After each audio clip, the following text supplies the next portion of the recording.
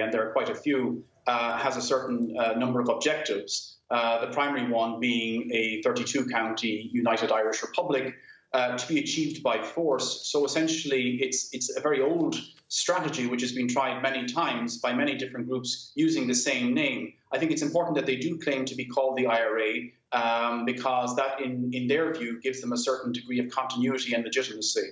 But it's very important to stress, I think, at the same time, how they differ from the IRA that existed during the Troubles, which was a rather substantial military organization which enjoyed geographically concentrated support in different parts of Northern Ireland and, of course, had a very strong political support from Sinn Féin. And there's no similar type of size or support base for this current IRA.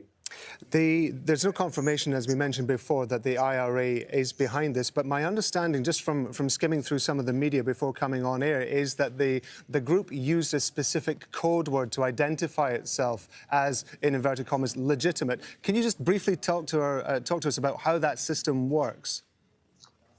Well, this was a way established long ago, really, decades ago, to distinguish between hoax groups, provocateurs who might be just simply trying to create pandemonium and claiming to be organizations, and therefore a coherent system was established whereby different organizations would have code words which they would communicate when claiming responsibility. So the fact that a code word has been used and has been verified means that this organization is not simply one person acting alone. This is representing an organization. I mean, for several years, for example, the IRA used to sign all their letters claiming various activities under the name P. O'Neill. That's an old-standing tradition as well. So it's long established, and it means that we're not talking about an individual, we're talking about an organization.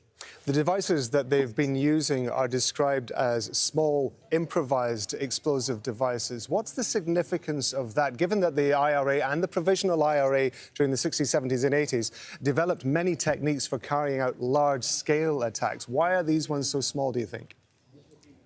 Well, these kinds of letter bombs would be very low cost. They would be very low risk to the individuals who sent them.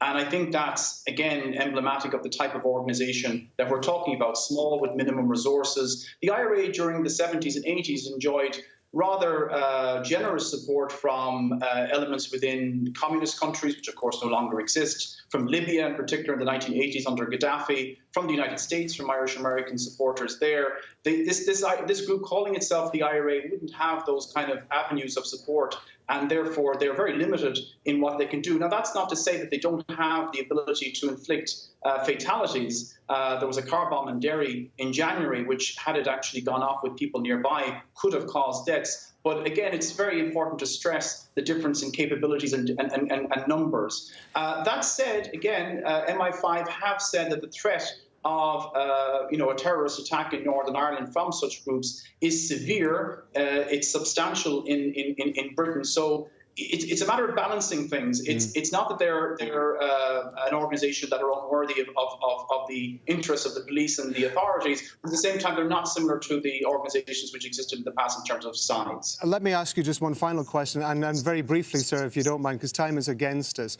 Given the fact that Ireland and Northern Ireland, of course, are at the centre of the news at the moment with regard to Brexit, is there any significance, do you think, in the timing of these attacks? Well, Brexit provides a context. It's not certainly the cause, because these organisations have existed prior to Brexit and will continue post-Brexit. But I think it's fair enough to say that when there's a political vacuum in Northern Irish politics, or in Irish politics generally, that is often filled by violence. So the fact that you have had no power-sharing administration in Northern Ireland for the last 2 years, the fact that Brexit seems to be dragging Northern Ireland away from the Republic, I think these things provide a worrying context, and certainly they worry the Irish government that, for example, a hard border might provide some additional reasons why people might be attracted to these organisations. Donnacha Ó Beacháin, thank you very much indeed for your time. You're welcome.